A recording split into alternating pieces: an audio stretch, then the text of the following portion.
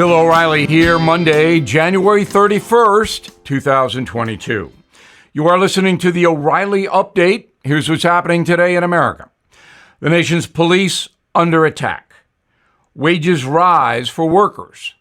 Most voters want President Biden to consider all possible nominees for the Supreme Court. The Black Lives Matter organization buys a communist mansion in Canada. Also ahead, do you care about kids? Many of our politicians do not. But first, at least 10 police officers were injured or killed in the line of duty just last week.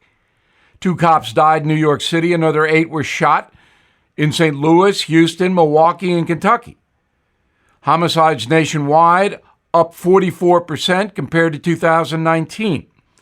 The White House blames the violent crime wave on COVID, but it is the insane progressive politicians that are causing the lethal damage. Workers' paychecks across the country rising 4.3% in the fourth quarter. The average wage now stands at $31 an hour, up $1.33 in 1 year. Economists cite the rise of people refusing to go back to work for the higher wages and COVID entitlements provided by the government. They include unemployment benefits, rent relief, food stamps, and more. There are currently 10 million vacant jobs available in the USA. New poll from ABC News says a majority of Americans want the president to pick a Supreme Court nominee based on merit, not skin color. 76% think Mr. Biden should, quote, consider all qualified nominees. Just 23% want him to automatically select a black woman for the bench, which is what he's doing. Does Joe Biden care about what the American people think? Apparently not. The Black Lives Matter organization transferring $8 million to buy a mansion in Toronto. The 10,000 square foot house was once the headquarters of the Communist Party of Canada. The money comes from donations made to BLM. The group is largely unaccountable as to how it spends the donations. Nobody really knows where all that money is going. In a moment, millions of American children are being hurt by progressive politicians. Right back. Folks, everything's getting more expensive.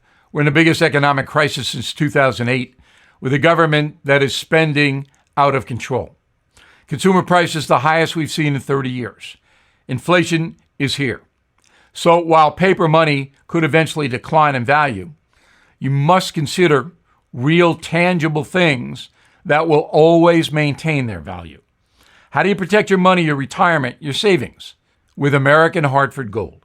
They will show you how to hedge your hard-earned savings against inflation by diversifying a portion of your portfolio into physical gold and silver.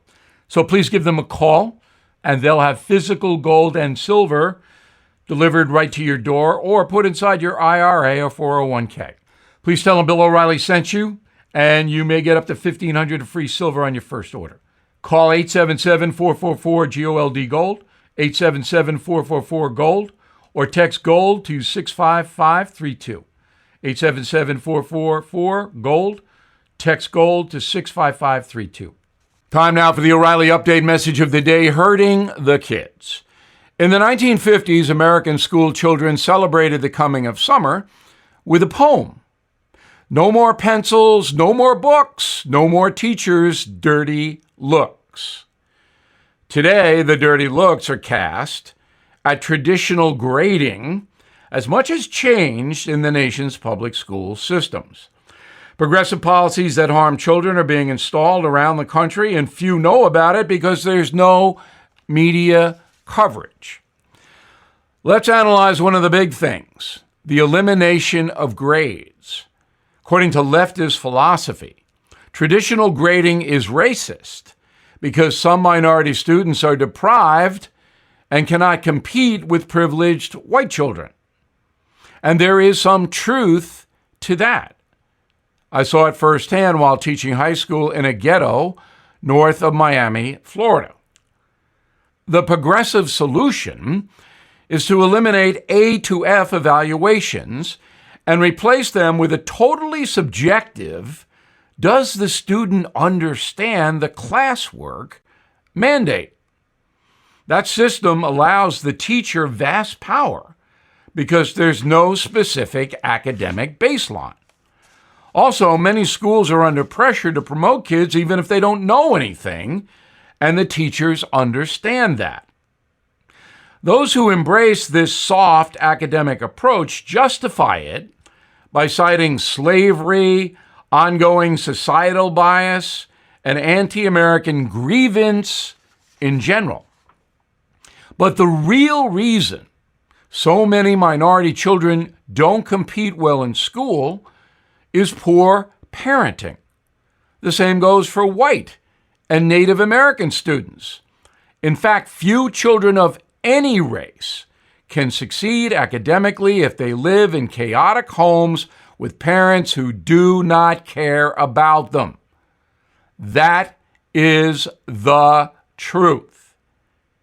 And unless the public school system acknowledges that truth, children in terrible circumstances will not prosper. I mean, how could they possibly compete with the white privilege crew? And if young Americans cannot compete, what is likely to happen to them? You don't need a PhD in math to answer that question. The largest school district in the country, New York City, spends more than $28,000 per student each year. Yet most kids cannot master math or English. The average Catholic school spends half that, and those students perform much better academically. Why? Simple. Parents who pay to send their kids to Catholic schools obviously care about academic discipline because that's what most private schools provide. Public schools often do not foster discipline. And now in New York City, classroom attendance is no longer even required for academic evaluation, nor is civil conduct. The cold reality is that progressive educational zealots are setting up to deprive kids for lifelong failure. What a colossal mistake. I'm Bill O'Reilly, and I approve the message by writing it. If you would like more honest news analysis, please visit BillO'Reilly.com, where you can see me on television each night. In a moment, something you might not know. The COVID pandemic has shined a light on the biotech industry and how it can benefit our health. My go-to tech expert, Jeff Brown, angel investor and editor of Brownstone Research, tells me the biotech sector is seeing accelerated growth in therapeutic and tech development, yet the sector is undervalued. So even with the volatility in the economy, Jeff is bullish about biotech in 2022. His newsletters at Brownstone Research will educate you on how the latest technology affects our lives and how to profit from it. It is important to have an independent expert who is accountable only to you, helping to grow your 401k and retirement savings. Get help preserving your wealth. Sign up for Jeff's newsletter today. Please go to jeffbrowntech.com. jeffbrowntech.com. jeffbrowntech.com. Now the O'Reilly Update brings you something you might not know. America is the wealthiest country in the history of the world. Total worth in the USA topped $141 trillion last year and is expected to pass $150 trillion by the end of the decade. So how does all that money break down with the population? Here are the zip codes with the highest incomes in America. Number 10, Naples, Florida. The average household there takes in $800,000 a year. Next, 90210, Beverly Hills, followed by the Chicago suburb of Kenilworth, Illinois. Number 7, Palo Alto, California, Silicon Valley. Folks there average $1 million a year. The 6th spot goes to Medina, Washington. The average home on the outskirts of Seattle sells for $6 million. Top 5, Mill Neck, New York on the North Shore of Long Island, followed by Palm Beach, Florida. Number 3, 94027, Atherton, California, just outside Palo Alto. The area's 5,000 residents earn an average of $1.7 million per person. Second place, 10007, Tribeca, New York. Folks in the lower Manhattan neighborhood average $2 million per household. A condo in Tribeca will set you back at least $4 million, and that's not even a big one. And the wealthiest zip code in America, 33109, Fisher Island, Florida. The tiny community located off the southern tip of Miami Beach. The neighborhood is only accessible by helicopter or private boat. Oprah lived there. Other famous residents include members of the Vanderbilt family, tennis star Andre Agassi, actress Julia Roberts.